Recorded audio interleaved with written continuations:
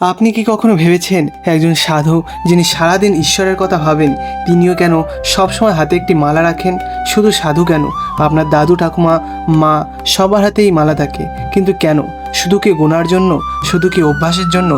না, এর পেছনে আছে এমন একটি কারণ যা জানলে আপনি আজ থেকেই জপ শুরু করবেন।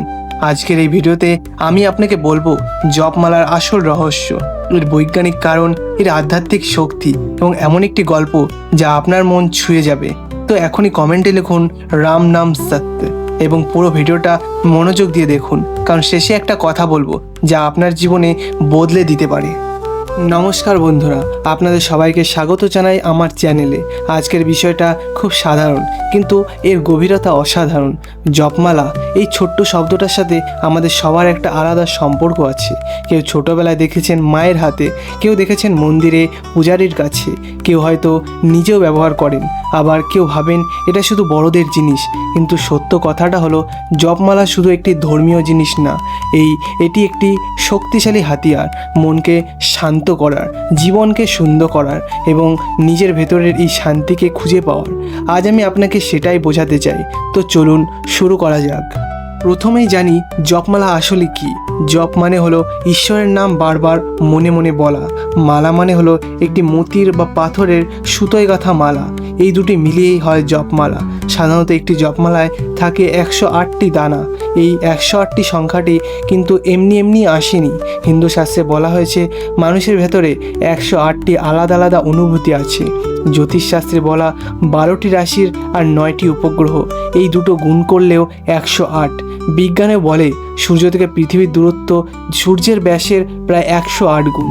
তাহলে বুঝুন এই 108 সংখ্যাটির মধ্যে কত গভীরতা আছে।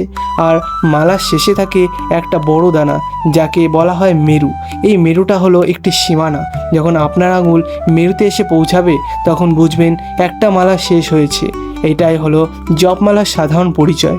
কিন্তু এটা শুধুমাত্র গোনার হাতিয়ার নয়, এর মধ্যে আরও অনেক কিছুই লুকিয়ে আছে যা আমরা এখনই একটু একটু করে জানবো। এবার আসি আসল প্রশ্নে, কেন জপমালা ব্যবহার করা হয়?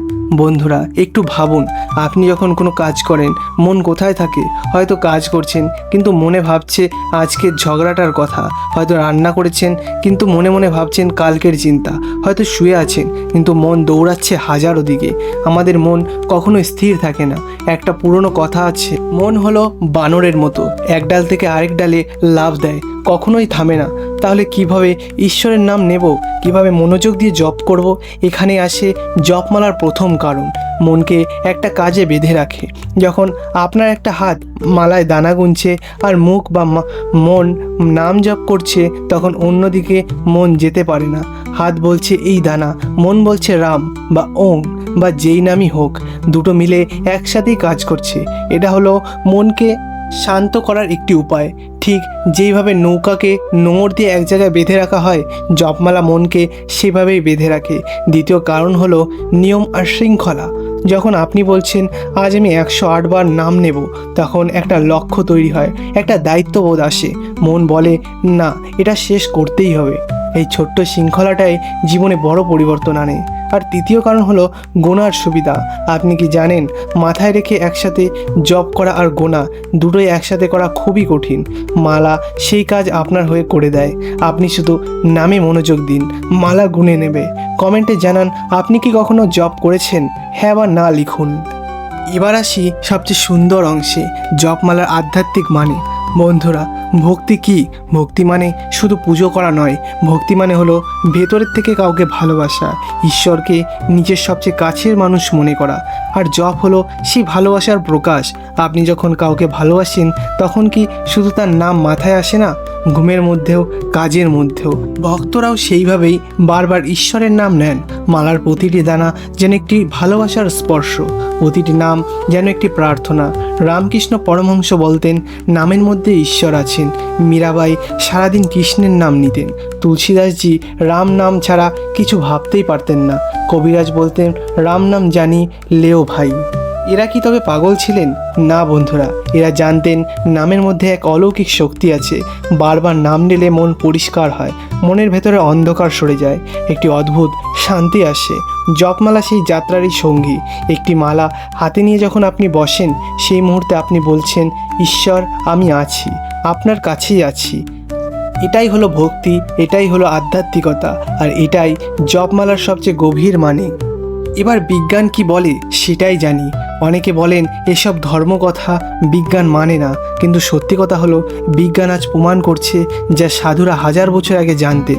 প্রথমত, পুনরাবৃত্তির শক্তি। আমাদের মস্তিষ্ক বারবার একই কাজ করলে সেই কাজটা সহজ হয়ে যায়। যখন আপনি বারবার একটা নাম বলেন, মস্তিষ্কে সেই নামের একটি গভীর ছাপ পড়ে।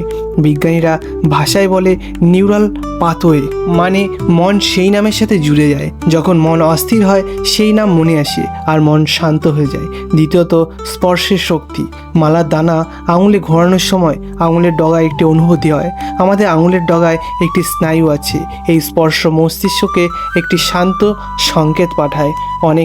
অনেকটা যেভাবে বাচ্চারা কিছু একটা হাতে ধরলে শান্ত হয়ে যায়। তৃতীয়ত, শ্বাসের সাথে যোগ। জপ করার সময় শ্বাস স্বাভাবিকভাবে ধীর হয়। প্রতিটি নামের সাথে একটা শ্বাস। এই ধীর শ্বাস মনকে আরও শান্ত করে, রক্তচাপ কমায় ও মানসিক চাপও কমায়। আধুনিক বিজ্ঞান এটাকে বলে রিল্যাক্সেশন রেসপন্স। চতুর্থ হলো একাগ্রতা বাড়ে। যখন মন একটাই কাজ থাকে, অন্য চিন্তায় দরজায় ধাক্কা দেয় কিন্তু ভেতরে ঢুকতে পারে না। এটা মেডিটেশনের মতোই কাজ করে। গবেষণায় দেখা গেছে নিয়মিত জপ করলে মানসিক উদ্বেগ কমে যায়, ঘুম ভালো হয়, মনোযোগ বাড়ে এবং জীবনে ইতিবাচক আসে। তাহলে দেখুন, ধর্ম আর বিজ্ঞান দুজনেই একই কথা বলছে। জপমালা শুধু বিশ্বাসের জিনিস নয়, এটা মানসিক স্বাস্থ্যের হাতিয়ার। ভিডিওটা ভালো লাগলে এখন একটি লাইক দিন, এটা আমাদের অনেক সাহায্য করে। এবার জানি কয় রকমের জপমালা হয়। মূলত দুটি মালার কথা সবাই জানি। তুলসী মালা তুলসী গাছের কাঠ দিয়ে তৈরি।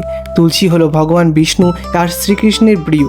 এই মালা মূলত বৈষ্ণব ভক্তরা ব্যবহার করেন। যারা রাম নাম বা কৃষ্ণ নাম জপ করেন তাদের জন্য তুলসী মালা আদর্শ। তুলসী একটি বিশেষ গুণ আছে। তুলসীর গন্ধে মন আপন থেকেই ভক্তিতে আসে। এটা বৈজ্ঞানিকভাবেও প্রমাণিত। তুলসীর সুগন্ধ মানসিক চাপ কমিয়ে দেয়। রুদ্রাক্ষ মালা, এটা শিব ভক্তদের সবচেয়ে বেশি প্রিয়। রুদ্রাক্ষ মানে হলো রুদ্রের অক্ষি, মানে শিবের চোখ। একটা পৌরাণিক কথা আছে, শিব যখন বহুদিন তপস্যার পর চোখ খুললেন, তার চোখ থেকে অশ্রু পড়ল। সে অশ্রু থেকেই রুদ্রাক্ষ গাছ জন্মালো। রুদ্রাক্ষের মালায় ইলেকট্রোম্যাগনেটিক গুণ আছে বলে গবেষকরা বলেন। এটা রক্তচাপ নিয়ন্ত্রণে সাহায্য করে, হৃদয়ের জন্যও ভালো। এছাড়াও আছে স্ফটিক মালা, যা সব ধরনের জপে ব্যবহার করা হয়। চন্দন কাঠের মালা, যা সুগন্ধ মনকে শান্ত করে। কোনটা ব্যবহার করবেন যেটা আপনার মনে ভালো লাগে। আপনি কোন দেবতার ভক্ত, যে মালা তার প্রিয় সেটাই নিন। কিন্তু সবচেয়ে বড় কথা, যে মালাই হোক সেটা ব্যবহার করুন ভক্তি দিয়ে। মালার দাম না, ভক্তির গভীরতাই আসল। এখন জানি কিভাবে জপমালা ব্যবহার করতে হয়। খুব সহজ। প্রথম ধাপ, একটু শান্ত জায়গায় বসুন। সোজা হয়ে বসুন, চাইলে চেয়ারে বসতে পারেন। চোখ বন্ধ করুন, কয়েকটা গভীর শ্বাস নিন। দ্বিতীয় ধাপ, মালাটা ডান হাতে নিন। বুড়ো আঙুল আর মধ্যমা আঙুল দিয়ে মালা ধরুন। তর্জনী আঙুল, মানে যে আঙুল দিয়ে দেখান, সেটা মালায় লাগাবেন না। কেন? শাস্ত্রে বলে তর্জনী আঙুলে অহংকারের প্রতীক। জপের মালার সময় অহংকার থাকবে না। এটা একটি প্রতীকী অর্থ, এর বেশি কিছু না। তৃতীয় ধাপ, মেরুদানা থেকে শুরু করুন। প্রতিটি দানায় একবার নাম বলুন, ওং নমঃ শিবায় বা রাম রাম বা হরে কৃষ্ণ, যেটা আপনার মনে ভালো লাগবে। আঙুল দিয়ে দানা টেনে নিন। চতুর্থ ধাপ, যখন আবার মেরুতে আসবেন, মালা উল্টে নিন। মেরু পার করবেন না, আবার উল্টো দিক থেকে শুরু করুন। পঞ্চম ধাপ, জপ শেষ হলে চোখ বন্ধ করে কিছুক্ষণ বসুন। মনের শান্তিটা অনুভব করুন, ঈশ্বরকে ধন্যবাদ দিন। ব্যাস এইটুকুই। কোনো জটিলতা নেই, কোনো কঠিন নিয়ম নেই। মন দিয়ে করুন, ফল অবশ্যই পাবেন। এবার বলি কিছু ভুলের কথা, যেগুলো অনেকেই করেন কিন্তু জানেন না। প্রথম ভুল হলো তাড়াহুড়ো করে জপ করা। অনেকে মনে করেন যত তাড়াতাড়ি শেষ করব ততই ভালো। না বন্ধুরা, জপ মানে রেস নয়। ধীরে ধীরে প্রতিটি নামে মনোযোগ দিয়ে জপ করা। একটি নাম মনে রেখে জপ করা 100টা নাম তাড়াহুড়ো করার থেকে অনেক ভালো। দ্বিতীয় ভুল, অন্য দিকে মন থাকা। ফোন দেখতে দেখতে জপ করছেন, টিভি চলছে আর মালা ঘোরাচ্ছেন। এটা আসলে কোনো জপ নয়। মালা হাতে থাকলেই মন নামেও থাকতে হবে। তৃতীয় ভুল, কারো মালা ধার নেওয়া বা ছুঁয়ে দেওয়া। এটা কোনো কুসংস্কার নয়, এর যুক্তি আছে। আপনার মালায় আপনার জপের শক্তি জমে, আপনার স্পর্শ আপনার শক্তি, অন্যের মালায় সে অনুভূতি থাকবে না। তাই নিজের মালা নিজেই ব্যবহার করুন। চতুর্থ ভুল, শুধু বিশেষ দিনে জপ করা। জপের শক্তি আসে নিয়মিততায়। রোজ অল্প অল্প করে করুন, সেটা অনেক বেশি কার্যকর। এবার জানি জপমালার উপকারিতা। মানসিক শান্তি। আজকের দুনিয়ায় সবচেয়ে দামি জিনিস কি? শান্তি। দিনের শেষে যদি মন শান্ত থাকে তাহলে সব কিছুই ঠিক আছে। নিয়মিত জপ করলে মন শান্ত থাকে, ছোট ছোট বিষয়ে রাগ বা দুশ্চিন্তা কমে যায়, একাগ্রতা বাড়ে, পড়াশোনায় কাজে যে কোনো জায়গায় মন স্থির হলে কাজ ভালো হয়, ইতিবাচক চিন্তাও আসে। যখন আপনি বারবার ঈশ্বরের নাম নেন, মন ভালো চিন্তা আসে, নেতিবাচক কথা মাথায় কম আসে, ভালো ঘুম হয়। রাতে ঘুমানোর আগে কিছুক্ষণ জপ করুন, দেখবেন ঘুম আসতে দেরি হবে না, রাতের দুশ্চিন্তাও কমে যাবে, আত্মবিশ্বাস বাড়ে। যে মানুষ নিয়মিত জপ করেন তিনি নিজের ভেতরে একটি শক্তি অনুভব করেন। মনে হয় আমি একা নই, ঈশ্বর আমার সাথেই আছেন। এই অনুভূতিটাই জীবনের সবচেয়ে বড় সম্বল। বন্ধুরা, আজকের দুনিয়া আমরা সবাই ব্যস্ত। সকালে উঠে ফোন ঘাঁটি, রাতে শুয়েও ফোন, সারাদিন খাবার, ঝগড়া, অফিস এবং পরিবার। মন কি কখনো বিশ্রাম পায়? শরীর বিশ্রাম নিলেও ঘুম হয়, কিন্তু মনের বিশ্রামের জন্য জপ, মনের খাবারের জন্য ঈশ্বরের নাম। আমাদের পূর্বপুরুষরা বোকা ছিলেন না, তারা হাজার বছর ধরে এই সত্যটা জেনেছিলেন। তাই তারা আমাদের দিয়ে গিয়েছেন এই মালা। এই ছোট্ট মালাটা আসলে একটি সেতু আপনার আর ঈশ্বরের মাঝখানে।